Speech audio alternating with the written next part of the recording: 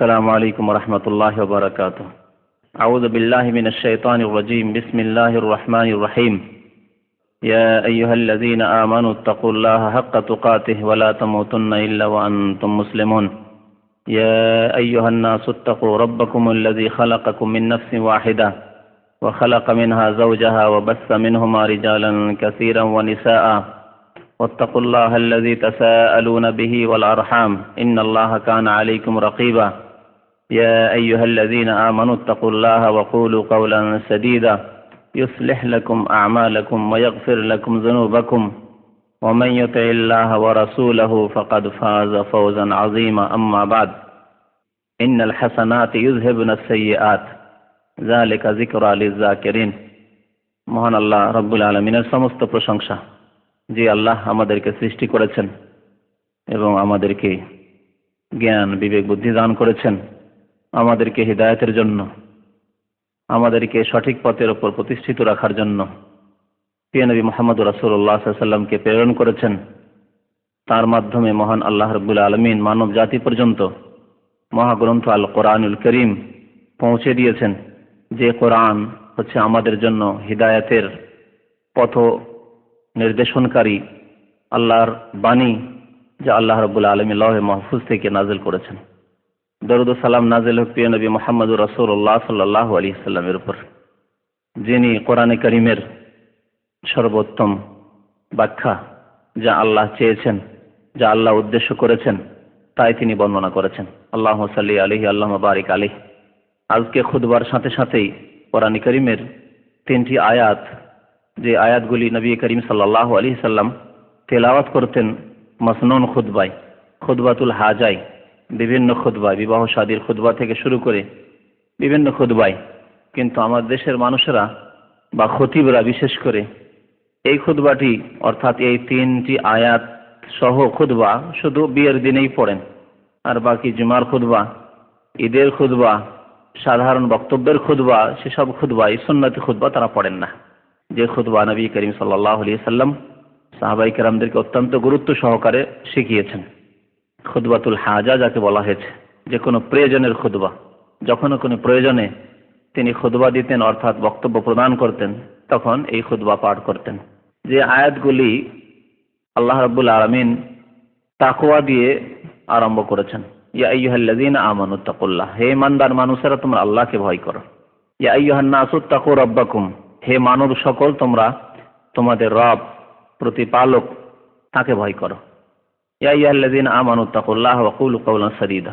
এই 3টি আয়াতেই, 2টি আয়াতে ঈমানদারদেরকে বিশেষভাবে, মুমিন মুসলিমদেরকে আল্লাহ সম্বোধন করে তাকওয়া অবলম্বন করতে বলেছেন, আল্লাহ ভীরুতা অর্জন করতে বলেছেন।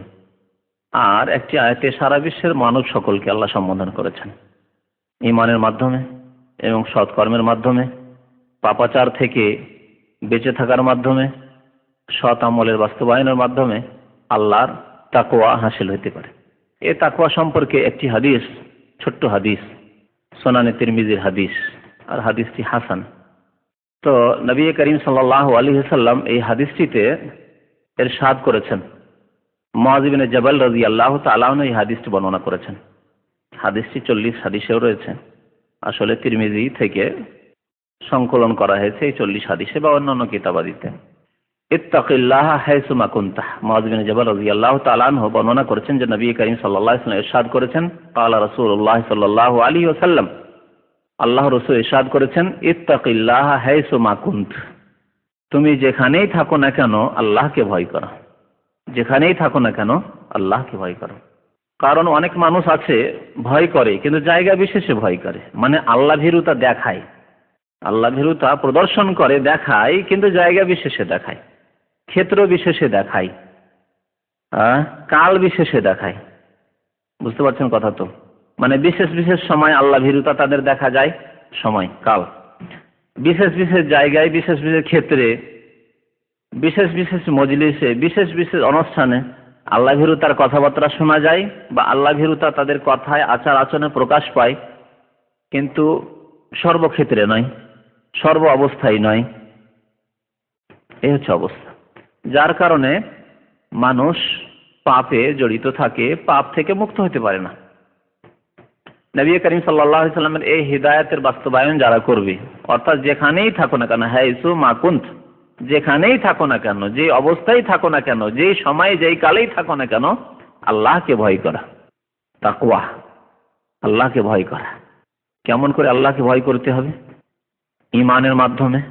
ঈমানকে করতে হবে সুন্দর, অর্থাৎ যেসব বিশ্বাস আমরা রাখি, এই 6টি জিনিসের প্রতি বিশ্বাস, আল্লাহ, পরকাল, এর সাথে সাথে যে ঈমানের যে ফাউন্ডেশন রয়েছে, 6টি ফাউন্ডেশন, পিলার রয়েছে, স্তম্ভ রয়েছে, এগুলির প্রতি বিশ্বাস হতে হবে অটল বিশ্বাস, বিশ্বাসের মতো বিশ্বাস, যে বিশ্বাস মানুষকে কর্ম করতে বাধ্য করে, অথবা যে কর্ম করা যাবে না তা থেকে সতর্ক হতে বাধ্য করে।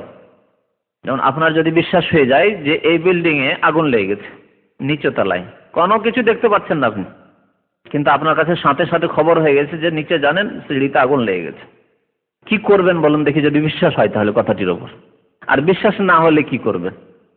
যদি বিশ্বাস হয় তাহলে আপনার কর্ম কেমন হবে এখানে, আর বিশ্বাস না হলে আপনার অবস্থা কেমন হবে?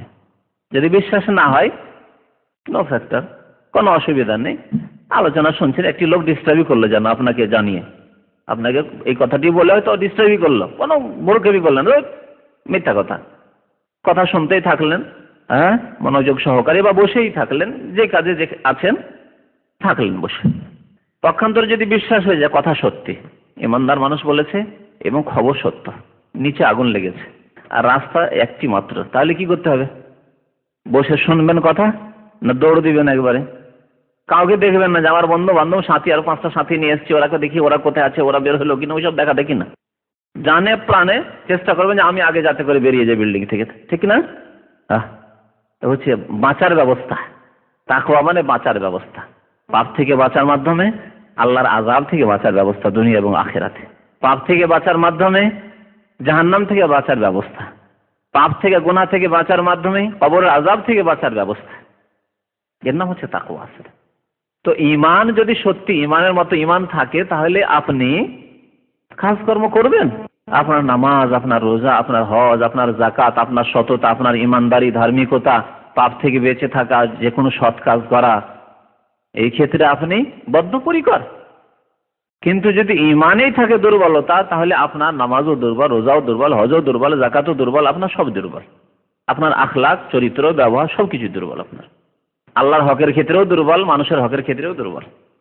বিশ্বাস আসলে আপনার নেই, বিশ্বাসের মতো হয় নেই, অথবা থাকলেও এরকম বিশ্বাস নেই। জি, এই জন্য প্রথম ঈমান সুন্দর করার মাধ্যমে তাকে অবলম্বন করতে হবে, যেখানেই থাকো না কেউ আল্লাহকে ভয় করা।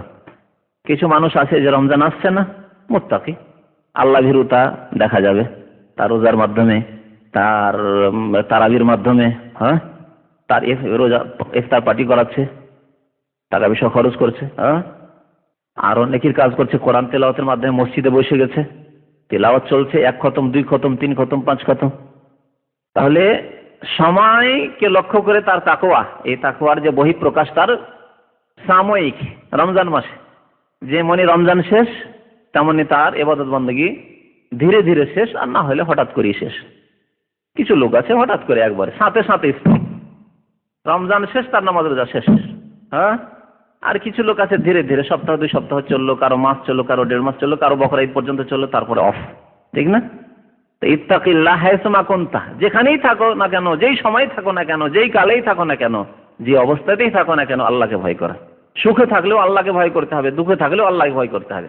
পক্ষান্তরে অবস্থার কথা বলি, কিছু লোক আছে যখন বালা মুসিবতে পড়ে তখন আল্লাহকে ভয়, আল্লাহ ভীরুতা প্রকাশ পায়, তখন এই মান্নত মেনে ফেলেছে, তখন এই মসজিদ ধরে নিয়েছে, তখন একেবারে দোয়া কায় মনে একেবারে আল্লাহ রাব্বুল আলামিনের কাছে দোয়া করছে, আর তার চোখের পানি আর কে থামাই, তার আল্লাহর কাছে কান্নাকাটি করছে। কিন্তু যেমনই বালা মুসিবত শেষ, এসেছিল চাকরির জন্য, চাকরিটা পেয়ে গেছে, এখন 1000 টাকা মাসে আসছে, আর কি, আর নামাজ আর রোজা কি, আর কাঁদাকাটি কি আল্লাহর দরবারে। এই তাকওয়া তাহলে অবস্থা বিশেষে, ঠিক না? এই তাকওয়া কোনো কাজে আসবে না। আর তাকওয়া জায়গা বিশেষে, লোক দেখানো তাকওয়া, মজলিসে আসে তখন তাকওয়া, আর যেমন মজলিস তেমন, যখন ধার্মিকদের মজলিসে রয়েছে, মুরব্বীদের মজলিসে রয়েছে, যখন ইসলামিক মজলিসে, তখন টুপি লাগিয়ে, আর তারপরে একেবারে ইসলামিক জলসার ভলেন্টিয়ার, আর ইফতার ক্যাম্পের ভলেন্টিয়ার, তো অমুক আর তমুক শুরু। আর তারপরে মানুষের সামনে ততক্ষণ তাকওয়া, ভিতরে ঘরে ফিল্ম দেখে, গান শোনে, ফজর নামাজ পড়ে না। ফজর নামাজ সময় ওই তাকওয়াটি কোথায় গেল আপনার? আল্লাহ ভীরুতা। হ্যাঁ, ওই গান বাজনা শোনার সময় তাকওয়া কোথায় গেল আপনার? ফিল্ম দেখার সময় তাকওয়া কোথায় গেল আপনার? ওই ইন্টারনেট ক্যাফেতে ঢুকে আপনি পাপের জিনিস দেখা শুরু করলেন, তখন তাকওয়া কোথায় গেল আপনার? ব্যবসা বাণিজ্যের ক্ষেত্রে আপনার তাকওয়া কোথায় গেল? জি, নবী সাল্লাল্লাহু আলাইহি ওয়াসাল্লাম বলেছেন ইত্তাকিল্লাহা হাইসুমা কুনত, যেখানেই থাকো না কেন, যে অবস্থায় থাকো না কেন, যে পরিস্থিতিতে থাকো না কেন, আল্লাহকে ভয় করো। অনেকে পয়সার অভাবে পাপ করে না, কিন্তু পয়সা হলেই দেখেন না তার পায়ে তারা শুরু হয়ে যাবে পাপ করার। হ্যাঁ, পাপের জিনিস কেনা শুরু করবে। হ্যাঁ, তো ইত্তাকিল্লাহ হাইসুমা কুনতা করলো না, যে অবস্থায় থাকো না কেন আল্লাহকে ভয় করে। এ হচ্ছে সত্যিকার অর্থে তাকওয়া, যে আল্লাহ সন্তুষ্টির জন্য আল্লাহকে ভয় করে এবং আল্লাহ রাব্বুল আলামিনের ইবাদত বন্দেগী করে আল্লাহ সন্তুষ্টির জন্য, পরকালের মুক্তির জন্য। নবী সাল্লাল্লাহু আলাইহি ওয়াসাল্লাম এই হাদিসে 3টি কথা বলেছেন। ওয়া আতবাইস সাইয়্যাতাল হাসানাহ, আর গুনাহ হতেই আছে মানুষের, অনেকের জানা গুনাহ হতে আছে, জানতে পারছেন। যদি জ্ঞান চক্ষু থাকে, আপনার অন্তর্দৃষ্টি থাকে, তাহলে বুঝতে পারছেন যে আমার গুনাহ হচ্ছে। তাহলে গুনাহ তো হতে আছে, হয় বুঝতে পারছেন, আর না হলে অনেক সময় অন্তর্দৃষ্টি নেই, খানিকটা নির্বোধ। হ্যাঁ, মোটা খান মোটা বুঝেন, গুনাহ হচ্ছে কোনো খেয়ালই নেই, বেখেয়াল, মানে গুনাহ সম্পর্কে ওই রকম সজাগ নন হয়তো। অথবা আপনি নিজেকে মনে করছেন আমি তো যথেষ্ট সৎ আমল করছি, আর গুনাহগুলি আপনার নজরে আসে না, নিজের দোষ ধরা পড়ে না। অনেক সময় এরকম হয় অনেক মানুষের ক্ষেত্রে, সবার না হলেও, যে নিজের দোষ ধরা পড়ে না, আবার অপরের দোষ বেশি ধরতে পারে, ঠিক না? তো অজান্তে গুনাহ হচ্ছে, মানে নিজে বুঝতে পারছেন না যে আপনার গুনাহ হচ্ছে। তো গুনাহ তো হচ্ছে সর্বদাই, কারণ নবী সাল্লাল্লাহু আলাইহি সাল্লামের মতো আম্বিয়াদের মতো মাসুম তো কোনো মানুষ নেই। মতো কেন, কেউ মাসুম নেই। মাসুম একমাত্র আম্বিয়া আলাইহিমুস সালাতু ওয়াস সালাম, নবীগণ। তো ভুল ত্রুটি হলে তাহলে কি করতে হবে? ওয়া আতবাইস সাইয়্যা, ভুলের সাথে সাথে কি করো? আল হাসানা, নেকি করো। ভুল হতেই আছে, সুতরাং নেকি কন্টিনিউ জারি রাখো। ফরজের নেকি তো আছে, ফরজ ওয়াজিব সুন্নতের নেকির সাথে সাথে মুস্তাহাব ভালো ভালো কাজগুলি, নেকির কাজগুলি করো। তাহলে কি হবে? তামহুহা, তোমার গুনাহগুলিকে মুছে দেবে। এর নেকি তোমাদের গুনাহকে মুছে দেবে। আল্লাহ রাব্বুল আলামিন একটি আয়াতে কোরআনে কারীমে ইরশাদ করেছেন, আকিমিস সালাতা তারফাইন নাহার ওয়া যুলাফাম মিনাল লাইল, তোমরা দিনের 2 বেলা সকাল বিকাল নামাজ কায়েম করো। ওয়া যুলাফাম মিনাল লাইল, আর রাতের অংশে, রাতের এক অংশে বা বিশেষ বিশেষ অংশে, অর্থাৎ রাতের একাধিক নামাজ, এই 5 ওয়াক্ত নামাজের দিকে ইঙ্গিত করা হয়েছে। তো নামাজ কায়েম করো মানে 5 ওয়াক্ত নামাজ পড়ো দিন এবং রাত্রে, যে আল্লাহ ফরজ করেছেন। তাহলে কি হবে? ইন্নাল হাসানাত ইউযহিবনাস সাইয়্যাত, নিশ্চয় নেকিগুলি গুনাহগুলিকে কি করে? হ্যাঁ, শেষ করে দেয়, গুনাহকে ধ্বংস করে নেকিতে। যালিকা যিকরা লিয-যাকিরিন, আর উপদেশ অর্জনকারীদের জন্য এতে রয়েছে উপদেশ, যে গুনাহ হতে আছে, সুতরাং যথাসাধ্য নেকি করতে থাকো। নবী সাল্লাল্লাহু আলাইহি ওয়াসাল্লামের দ্বিতীয় উপদেশ হচ্ছে যে গুনাহর সাথে সাথে নেকি করো। ওয়া খালিকিন নাসা বিখুলুকিন হাসান, আর তৃতীয় উপদেশ হচ্ছে যে মানুষের সাথে সদাচরণ করো, ভালো চরিত্র পেশ করো মানুষের কাছে, চরিত্রবান হও মানুষের কাছে। কারণ চরিত্র ছাড়া দিন মোকাম্মল হয় না, দিন কমপ্লিট হয় না। আপনার দিনের ধার্মিকতায় পূর্ণতা লাভ করতে পারবে না, আপনি ধার্মিকতায় সত্যি কামিল মুমিন, পূর্ণাঙ্গ মুমিন হতে পারবেন না যদি আপনার চরিত্র দুর্বল থাকে। ধর্মীয় দিক থেকে নয়, মানুষের সাথে আচার আচরণে। এক তো আছে ধর্মীয় দিক থেকে চরিত্র দুর্বলতা, ধর্মের দিক দিয়ে ঠিক আছে, পাপ থেকে বেঁচে আছেন, ইবাদত বন্দেগী সব করছেন, ফরজ ওয়াজিব সুন্নাত আদায় করছেন, কিন্তু মানুষের সাথে আচার আচরণের ক্ষেত্রে, আদান প্রদানের ক্ষেত্রে, লেনদেনের ক্ষেত্রে আপনার ত্রুটি, তাহলে আপনার দিন কমপ্লিট হলো না।